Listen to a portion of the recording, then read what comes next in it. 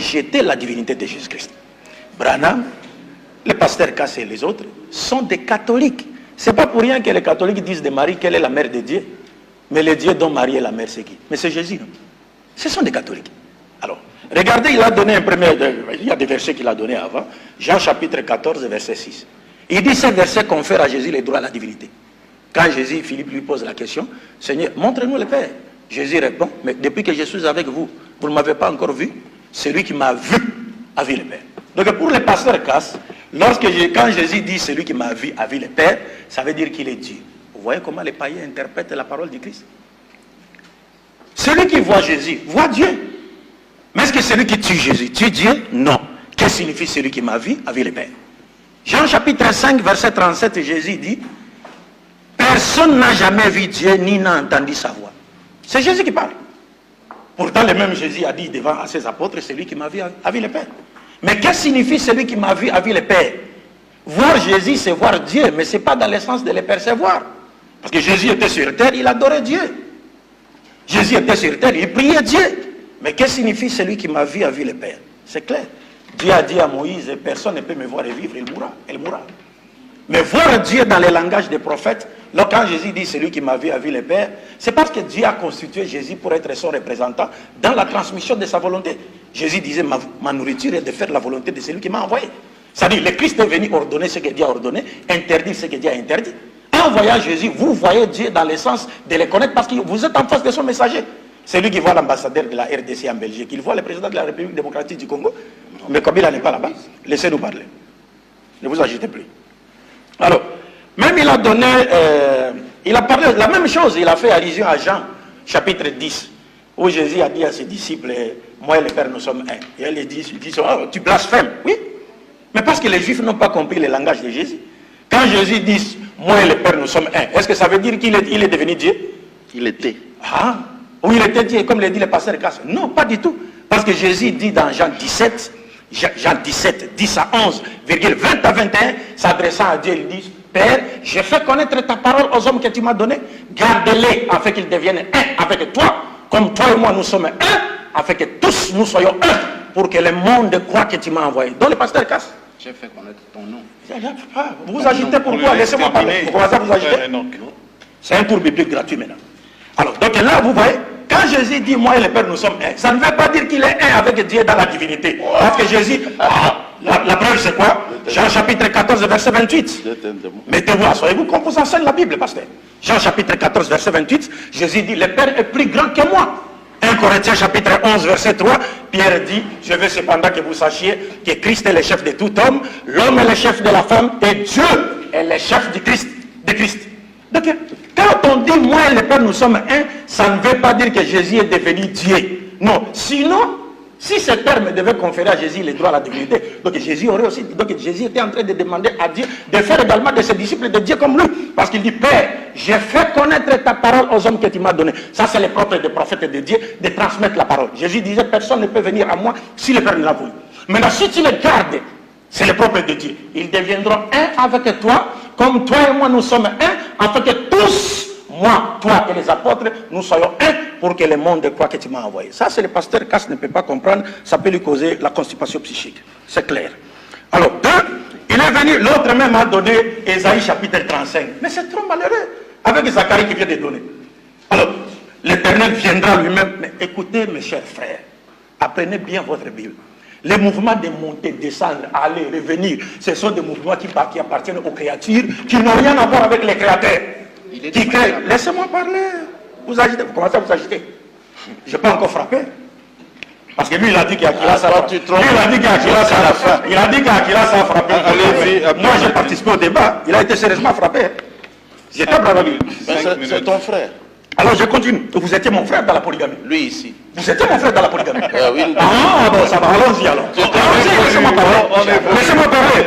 J'étais votre frère dans la polygamie. Frère d'Adam. Ne levez pas la voix. Ah non, laissez pasteur, laissez. Je reviens, regarde cette ignorance. On lit Jean chapitre 1, verset 14. Et la parole a été faite chair. Chair, donc Jésus, Dieu est devenu chair sur la terre. Et avez-vous compris ce verset? Parce que la parole faite chair, selon votre interprétation erronée, qui est donc Jésus, mais il est en train de se faire baptiser par Jean-Baptiste sur terre, Dieu parle, Dieu des cieux. Celui-ci est mon fils bien-aimé qui a toute mon affection. Le Saint-Esprit descend sur lui. Quelle est la différence qui existe entre la parole qui s'est fait entendre Dieu des cieux, qui est Dieu, qui pouvait encore créer une autre créature, comme Jésus, en la faisant naître d'une femme vierge, comme Marie. Qu'est-ce que signifie la parole a été faite chair? C'est ça votre problème. Prenez ce cours gratuit, pasteur. Alors, quand on dit la parole a été faite chair, ça ne veut pas dire non. D'abord, ça signifie quoi? Ça va. Quand on dit la parole a été faite chair, la réponse est donnée dans Hébreux chapitre 10, versets 5 à 7.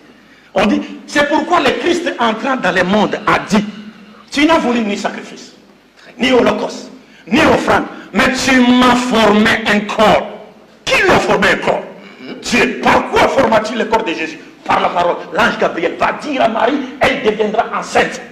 Par la parole de Dieu qui ne retourne jamais stérile, Jésus a été façonné dans l'utérus maternel de sa mère, sans l'intervention du gamète mâle. C'est pourquoi il termine le verset en disant, c'est pourquoi je dis, je viens pour faire, oh Dieu, ta volonté. Il était là pour faire la volonté de Dieu. C'est pourquoi Luc chapitre 6, verset 12 nous dit, en ces temps-là, Jésus monta sur la montagne pour prier. Et il passa toute la nuit dans la prière à Dieu. Mais vous passez toute la nuit sur cabine dans la prière Jésus. Qui priait-il? Je termine avec les derniers versets. Jean chapitre 9, verset 17. 4 minutes. Jésus guérit un aveugle de naissance. On demande à cet aveugle, que dis-tu de celui qui t'a rendu la vue? L'aveugle répond, c'est un prophète. Mais regardez vous qui êtes voyant.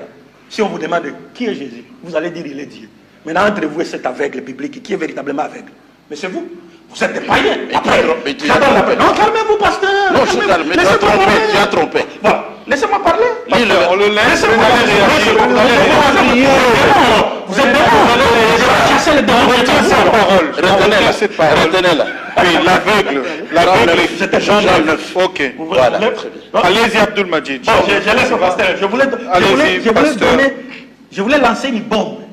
Mais lancez, allez-y. Non, parce que non, Il reste 3 musulmans, ils trompent. Je pense que je donne la bombe. Regardez maintenant. Regardez, nous sommes en face des païens romains, des catholiques. Luc chapitre 7, verset 16. Jésus-Christ ressuscite un mort. Les Juifs qui ne croient pas à la divinité du Messie, jusqu'à aujourd'hui, ils croient au Messie, mais ils ne croient pas qu'il est Dieu. Voyant les miracles que Jésus a accomplis en ressuscitant un mort, les Juifs ont dit, Dieu a visité son peuple, car un grand prophète a paru parmi nous. Donc Dieu visite le peuple par un prophète, par la voix des prophètes. Écoutez maintenant les païens. Actes des Apôtres, chapitre 14, verset 8 à 14. Paul et Barnabas guérissent un impotent de naissance. Les païens voyant cela, qu'est-ce qu'ils ont dit? Ils ont dit, les dieux sont descendus sur terre sous forme humaine. Maintenant demandez-vous, la foi du pasteur Casse est-elle proche de la foi des Juifs ou de celle des païens romains? C'est un païen. Merci. Une minute, pasteur Boris. Dans une minute seulement. Oui, dans 7 minutes, dans la minute restante, j'aimerais juste ajouter un élément, puisque nos amis ont pu citer Ésaïe 9, 5, parlant de l'enfant qui est né, Dieu puissant, Père éternel. J'aimerais d'abord leur faire comprendre d'abord un élément de fait, c'est que les apôtres, aucun apôtre ne s'est jamais référé à Ésaïe 9, 5 pour l'attribuer à Jésus. Aucun. Sinon, ils vont nous présenter les versets de référence.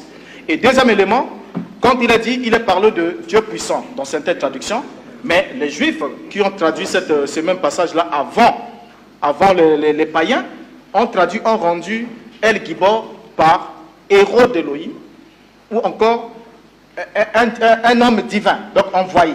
Maintenant ici, Père éternel de même, quand on descend un peu plus bas dans ces versions, on va se rendre compte d'un élément. Lorsqu'il est parlé des princes de la paix, je prends juste le dernier mot, prince de la paix, il sera appelé prince de la paix, pour leur montrer qu'ils ne comprennent pas. D'abord, quand Jésus arrive, il dit, ne croyez pas que je sois venu apporter la paix, mais l'épée. Et déjà là, il ne peut pas être le prince de la paix évoqué ici. Et en plus, quand on prend Ésaïe 7, le verset 14 pour dire que voilà l'enfant qui a été promis à Akaz comme étant le signe qui devait venir. Vous avez dépassé déjà une minute, mais si je vous laisse continuer, je veux retirer dans C'était Jésus. J'aimerais poser la question au pasteur ici, puisqu'il prend note, il faudra qu'il réponde à cette question. Qu'il lise le verset Ésaïe 7, Ésaïe 14, Ésaïe 7 plutôt, du verset 14 jusqu'au verset 16. Et qu'il nous dise quels sont les deux rois qui étaient menacés. Parce qu'il a dit, avant que l'enfant ne sache rejeter le mal ou le bien, le pays dont tu crains les deux rois sera abandonné. Maintenant, il va nous référer cela à la naissance de Jésus. Merci, pasteur Boris. Il va pas s'en sortir. Donc, ça sera le dernier tour de table pour envoyer à un autre débat. Pasteur Casse, vous avez, avec le frère Enoch, 10 minutes. Et après vos 10 minutes, on donnera juste une parole pour la conclusion d'aujourd'hui. Et on reviendra vendredi. Après qu'on ait échoué sur la semence du serpent. Après qu'on ait manqué le nom du fruit. On gesticule toujours. Je veux donner la bombe. Et il n'a rien. Vous avez vu qu'il n'a rien. Non. Les musulmans sont comme ça. Ça m'étonne, il n'a plus honte. C'est l'esprit de Mohammed.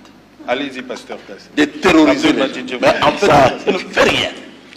Je réponds à leurs accusations. La parole faite chair qu'il a pensé corriger ici en parlant de la bombe, qui ne dispose même pas. C'est bien expliqué seulement dans Jean. La parole était Elohim. Et la parole a été faite chair. C'est-à-dire, Elohim était devenu un être humain. Fou. Moi, je crois ça. Vous ne croyez pas? On pose la question. Vous avez traversé... On pose la question pour savoir si votre voyage. Vous avez traversé le fleuve ici pour venir me faire croire à votre petite doctrine de l'enfer. On n'avait pas honte. On n'avait pas honte. Bon, restons dans les débats. Alors, ne parlez pas. Dans Romains chapitre 9, verset 5, l'apôtre Paul parle des vrais juifs. En passant aussi, je dis à vous, moi je ne crois pas comme les juifs. C'est ça. Les juifs, vous croyez comme vous. Vous croyez en un seul Dieu, mais vous ne croyez pas en sa manifestation sur la terre. Notez ça. Il est assez intelligent. Il comprend. Je ne crois pas comme les juifs incrédules qui ont tué le Seigneur. Qui ont tué? Le Seigneur. Dieu. Vous. Ils ont tué Dieu. Et ils l'ont tué dans la chair. Mais je vous dis que Dieu a été tué dans la chair. C'est ça. C'est ça même l'évangile. La bonne nouvelle, ce n'est pas de faire pousser la barbe. Ce n'est pas ça la bonne nouvelle. Jésus avait la barbe. La bonne nouvelle, c'est de croire que Dieu a donné son propre sang. L'apôtre Paul le dit. Tu ris pourquoi? C'est dans Acte 20. Maintenant, je continue encore. Vous dites, vous ne croyez pas comme les juifs, mais ça c'est un...